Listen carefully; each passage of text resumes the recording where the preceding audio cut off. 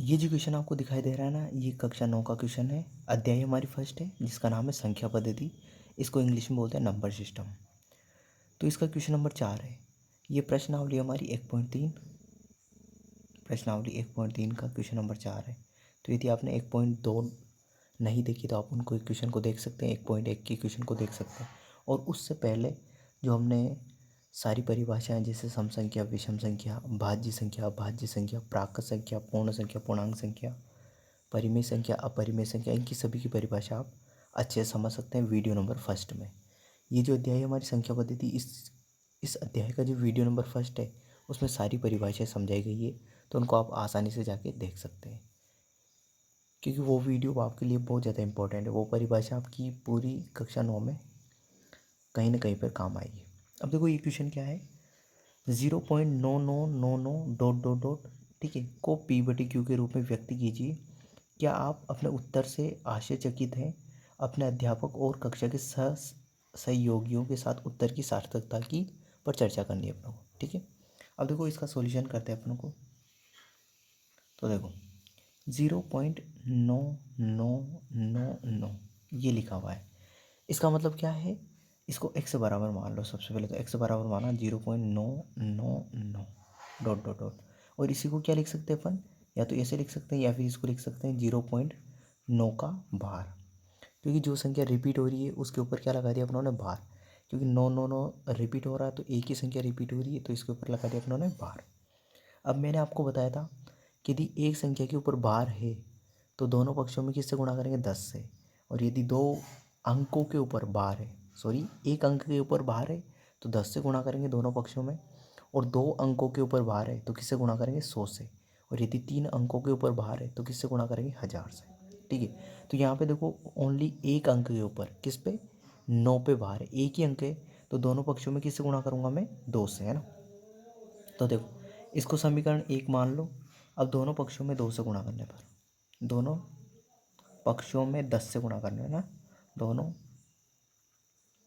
पक्षों में 10 से गुणा करने पर, 10 से गुणा क्यों किया है, क्योंकि एक अंक के ऊपर भार है, एक अंक के ऊपर भार है। दो अंक के ऊपर भार होती तो 100 से गुणा, और तीन अंक के ऊपर भार होती तो 1000 से, ठीक है। तो दोनों पक्षों में 10 से गुणा करने पर, अब देखो ये समीकरण फर्स्ट है, इनकी दोनों पक्षों में अपनों ने 10 से गुणा किया, तो x को 10 से गुणा करूँगा तो क्या बन जाएगा, 10x। और मैंने आपको बताया था, देखो 0.999 डॉट डॉट डॉट भार, और इसको मैं 10 से गुणा करूँगा। मैंने बताया था आपको कि 10 से गुणा करने पर ये जो पॉइंट होता है ना, वो एक अंक इधर खिसक जाता है। और 100 से गुणा करेंगे तो 2 अंक खिसकेगा, और 1000 से गुणा करेंगे तो 3 अंक खिसकेगा। ये आप मैं आपको पहले बता चुका हूँ, जैसे आप एग्जाम्पल भी समझ सकते हो। जैसे मैंने लिखा 3.21, अब इसको मैं किससे गुणा कर रहा हूँ, 10 से। तो ये पॉइंट है ना यहाँ पे आ जाएगा। अभी देखना, हम गुणा करता हूँ, 0 0 0, 0 को 1 से गुणा किया 0, 0 को 2 से गुणा किया 0, 0 को 3 से गुणा किया 0। अब 1 को 1 से करूँगा तो 1, 1 को 2 से करूँगा तो 2, 1 को 3 से करूँगा तो 3। अब इनको जोड़ूंगा 0 1 2 3, कितने अंक पहले पॉइंट लगा हुआ, 1 2, तो 2 अंक पहले पॉइंट लग जाएगा। देखो ये पॉइंट पहले यहाँ था, अब खिसक के कहाँ चला गया, 2 के इधर, ठीक है। तो यही बोलना चाहता हूँ कि 10 से गुणा करेंगे तो एक अंक इधर पॉइंट खिसक जाएगा। तो ये आ जाएगा अपना 10x बराबर 0.999 ऐसे बढ़ जाएगा, ठीक है। इसको मान लो समीकरण नंबर 2, ठीक है। अब आगे क्या करना है आपको, अच्छे से समझना। अब देखो समीकरण 2 में से समीकरण 1 घटाने पर, तो देखो समीकरण 2 है अपनी ये वाली, इसमें से समीकरण 1 ये वाली घटा देंगे, ठीक है। तो देखो 10x में से x घटाएंगे तो कितना बचेगा, तो 10x माइनस एक्स बराबर 9.99 डॉट डॉट डॉट, और माइनस इसमें से क्या करना है आपको, माइनस 0.999 डॉट डॉट डॉट, है ना, ये माइनस करना है, ठीक है। अब देखो 10x में से x घटाएंगे तो कितने बचेंगे, 9x बचेंगे। अब देखो इधर देखो, इसमें से ये माइनस करना है, तो मैं लिख रहा हूँ 9.999 डॉट डॉट डॉट, ऐसे जा रहा है 0.999, पॉइंट के नीचे पॉइंट लिखना है, ध्यान रखो। घटाने के लिए क्या करते हैं, पॉइंट के नीचे पॉइंट। 9 में से 9 घटाएंगे तो 0, 9 में से 9 घटाएंगे 0, 9 में से 9 घटाए 0, ये पॉइंट, और ये 9, तो इस क्या बचा अपना ओनली 9 बचा। इसका आंसर क्या आ गया 9। ठीक है, तो ये इसमें से ये घटाएंगे तो कितना बचेगा अपना 9। ठीक है, अब देखो 9 और x के बीच में किसका चिन्ह है, गुणा का, तो ये 9 बराबर के इधर ले जाऊँगा तो कहाँ चले जाएंगे, भाग में, तो ये x बराबर आ जाएगा अपना 9/9। x बराबर 9/9, और 9 में 9 का भाग देंगे तो कितना आएगा, x बराबर 1।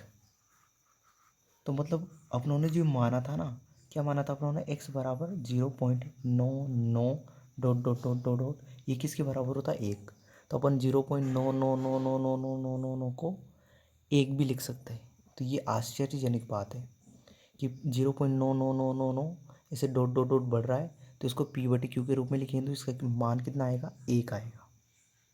ठीक है ना, तो इस तरीके से सोल्व करना है आपको। तो ये आश्चर्यजनक लगा ना आपको। आपको देखो अपनों ने 0.999 को अपन को p/q के रूप में व्यक्त किया, तो इसका मान कितना है अपना, 1 आया। या फिर आप 9/9 भी लिख सकते हो, और 9 में 9 का भाग देंगे तो कितना आएगा, 1। तो ध्यान रखना 0.999 और डॉट डॉट डॉट ऐसे बढ़ रहा हो तो उसको 1 भी लिख सकते हैं। ठीक है, तो आई होप ये क्वेश्चन आपको समझ में आ गया होगा और ये पूरा वीडियो आपको अच्छा लगा होगा। तो इस वीडियो के लिए इतना ही, फिर अगले वीडियो मिलता है। Thank you.